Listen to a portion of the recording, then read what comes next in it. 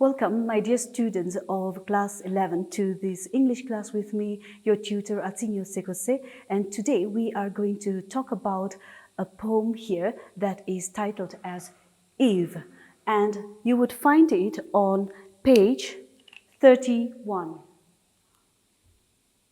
So this is from your literature reader section, and we are going to first of all take a little look at the author here, that is Rudyard Kipling, and you would find that the information is at the back of your poem there. So now, his actual name is Joseph Rudyard Kipling, born in 1865 to 1936. He was an Indian-born British Nobel laureate and one of the first English language writer to receive Nobel Prize in Literature in 1907. And another interesting information here is that he is the author of that famous children's book that is Jungle Book, or in our Indian context we also refer to it as Mowgli. So that is the author that we are going to discuss here. But you would find that in this case here, the scenario or the setting is very different. So what is the setting that you would find in this poem here?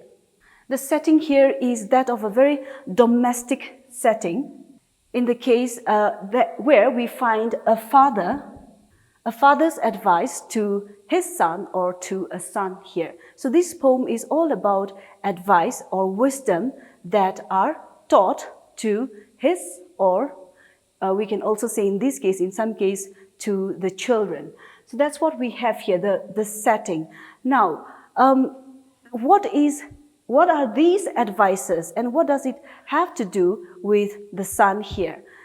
Now, you would find that this poem is actually very interesting. It is also very philosophical in nature because it has a lot of wisdom that is given here. And you would find that the father is giving some preconditions, things that the son must fulfill in order to be a good person, we can also say, or an ideal man, or we can also say to become successful in life.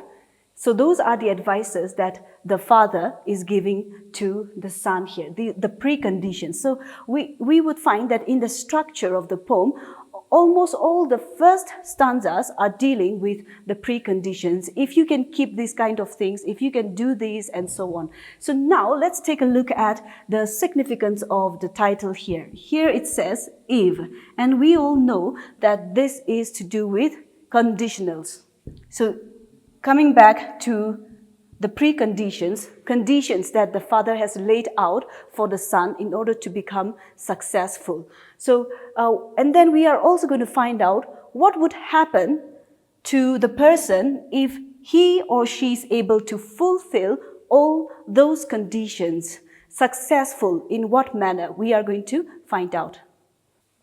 Now, I would not be giving you detailed explanations stanza-wise, but we would be taking a look at the conditions, one at a time. So here, Eve, if you can keep your head when all about you are losing theirs and blaming it on you. If you find yourself in a situation where the world has turned against you or everybody is blaming you for no particular or no fault of yours, but if you are able to maintain your cool and maintain your composure, then that is one of the conditions that you would find here, and that would also help you to succeed or to go ahead in life. If you can trust yourself when all men doubt you, but make allowance for their doubting too. Now this is very interesting. Then the next condition here is that if you can trust yourself when everybody is hesitant or about you or have no confidence on you, but you have the faith and conviction, the trust, if you trust yourself, then you would also succeed. But the exception to the rule here, or to the conditions, make allowance for their doubting too. What does it mean here? Make sure that you also give room or consider their criticism or feedbacks, because that is how a person grows. If you consider people's if you consider people's criticism and try to reflect on it and make the necessary correction, that's how a person would eventually grow, and it would also lead to success. So that's what we have here. You trust yourself and make sure that when people criticize you, you also give thought to those kind of to those kinds of criticism and correct it. Be a reflective person. That's what it meant here, in other words. So that is one of the conditions. If you can wait and not be tired by waiting or being lied about, don't deal in lies, or being hated, don't give way to hating. And yet, don't look too good nor talk too wise. So this is again another advice that we find here. If you can wait and not be tired of waiting, if you have inculcate patience or perseverance. So that is the characteristic or the quality that is required in order to be successful. Have patience, even if things are not going along your way or what according to your wish. Be patient and have faith.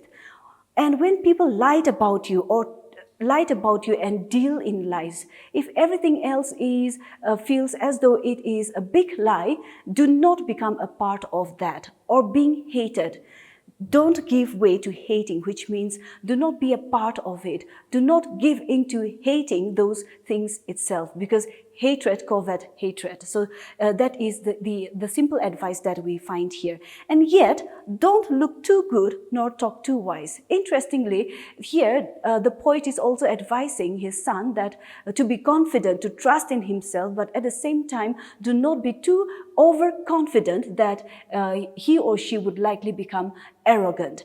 And yet, don't look too good nor talk too wise. Do not act as though you know everything. So that is the advice here. In other words, another quality that we find here is be humble, humility.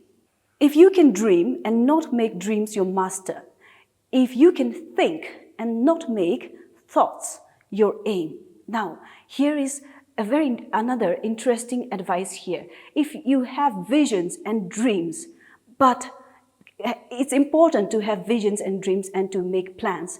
But if you let those dreams and wishes, your thoughts and your ideas to control you in such a way that you neglect your responsibilities, in such a way that you harm other people in the process, then that is likely going to be very unproductive.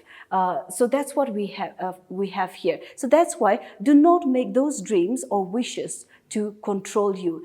And again, interestingly, and not make thoughts your aim, your views, your opinions, your beliefs. Do not, it may be sometimes these are things that some may be good, some may not be. So in other words, the poet is trying to say that sift it out and make sure that you do not let those things, your personal opinions or beliefs or wishes, dreams to control you.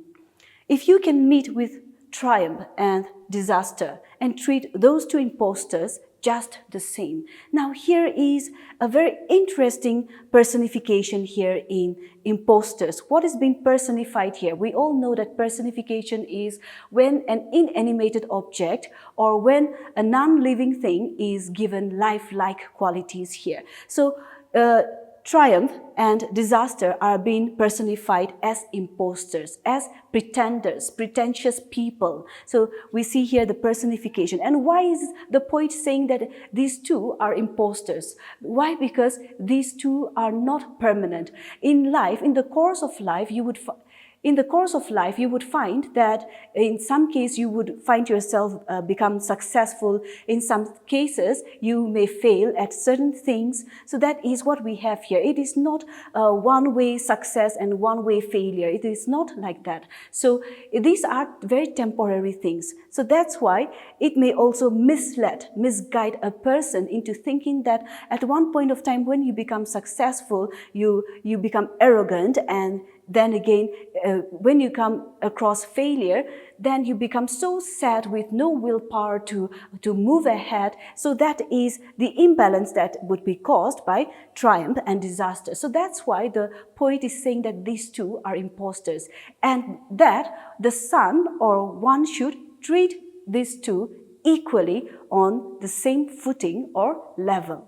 If you can bear to hear the unbearable truth you've spoken, twisted by knaves to make a trap for fools, if your beliefs or if what you have said is to be true, and if that is twisted, changed, manipulated by other people, and twisted by knaves to make a trap for fools, by dishonest people, and to convince, to mislead other people or the public, we can also say.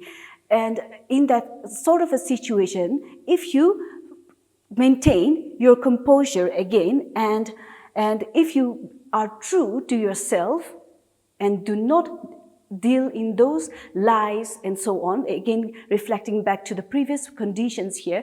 So if you are able to keep yourself apart from such kind of things, then you would become a successful person. Or watch the things you gave your life to broken and stoop and build them up with worn out tools.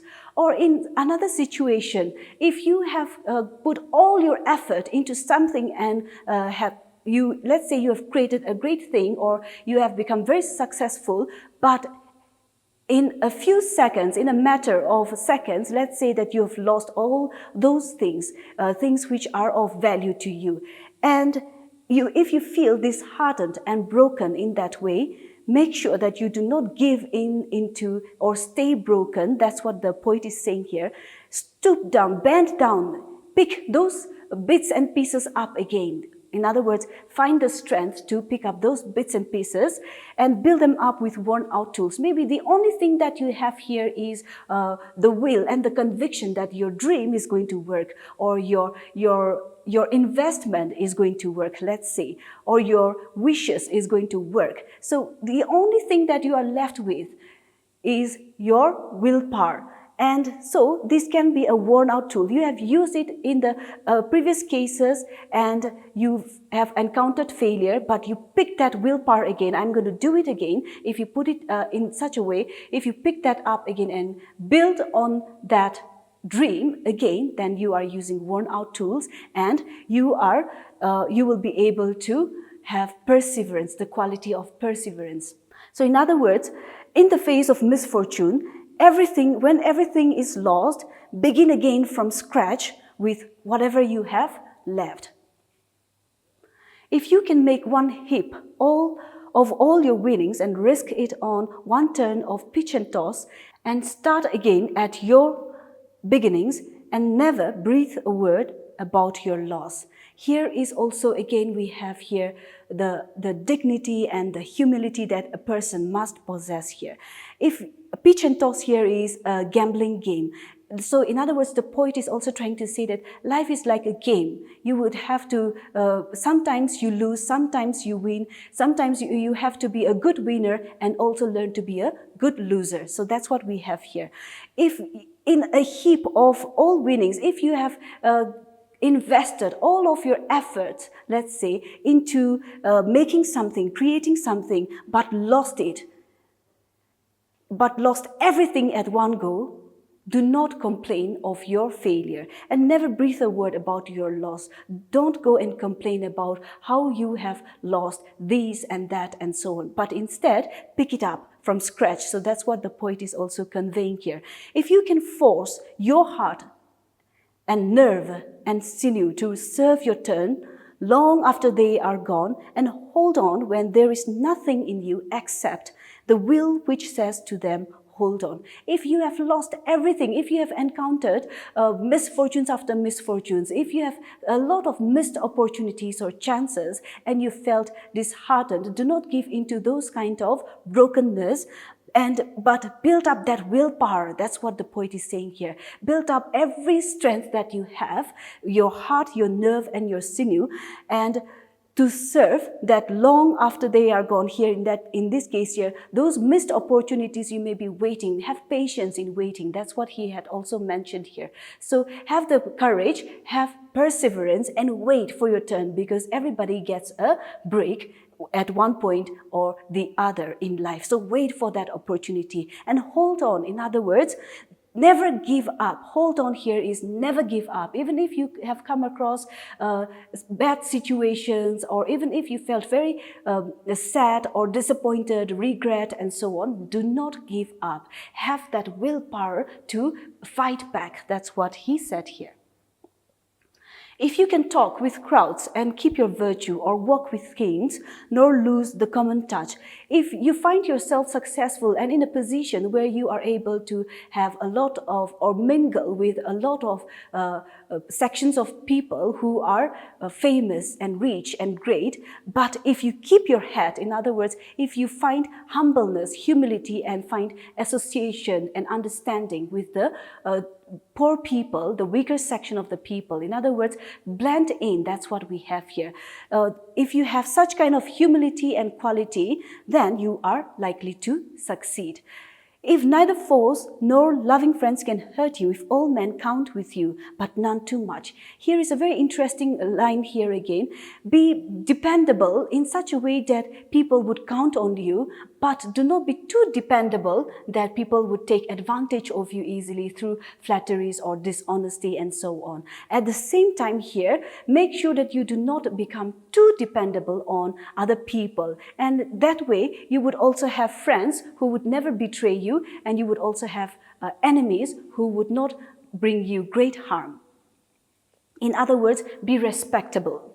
If you can feel the unforgiving minute with 60 seconds worth of distance run, in other words here, the poet is trying to refer to time, how precious time is. Forgive things which are wrongs which are done to you. Forgive those things, because in a matter of 60 seconds you can run a great distance if you are running. And likewise, dwelling on the past, dwelling on being unforgiving would only make you will only hamper or hinder your life course, we can also say, or your progress in life. So forgive and move on. Be quick to move on, because time is precious. Yours is the earth and everything that's in it, and which is more, you'll be a man, my son. If one fulfill all these preconditions, then the reward is success in life, and you would become an ideal man. In other words, if you are able to follow all those preconditions, this is what you need to do. You need to be humble, you need to have the willpower, you need to have the strength, you need to be patient, you need to be able to be willing enough to pick up from scratch and build again. People may say this and that about you, but do not become a part of such kind of hatred or lies. So these are the preconditions here, and if you are able to follow such things, then you would be able to succeed. So in a very quick manner, here is a very quick summarization here. It is no doubt advice or instruction, moral wisdom to be inculcated by the son or given to the son. And the poet is saying here that we must equip ourselves with this kind of life skills, coping up with injustice, misfortune, crisis, and most importantly, being reflective, self-reflective. When things are done to you, when things are not going according to your wishes, you also need to consider why that is happening. Being free from pride and arrogance, faith in self and balanced confidence, patience and perseverance, strength and so on, and not getting disheartened or demoralized, and having moral values such as humility, kindness and fellow feeling, and most importantly, willpower is a tool to fight against all these kind of courses that one would come across in life. And so we can say that these are very philosophical advices that the poet Rudyard Kipling is giving to his son, or we can also say advices to children. So that's what we have here. And on that note, we would be winding up today's class. Thank you all very much for joining me.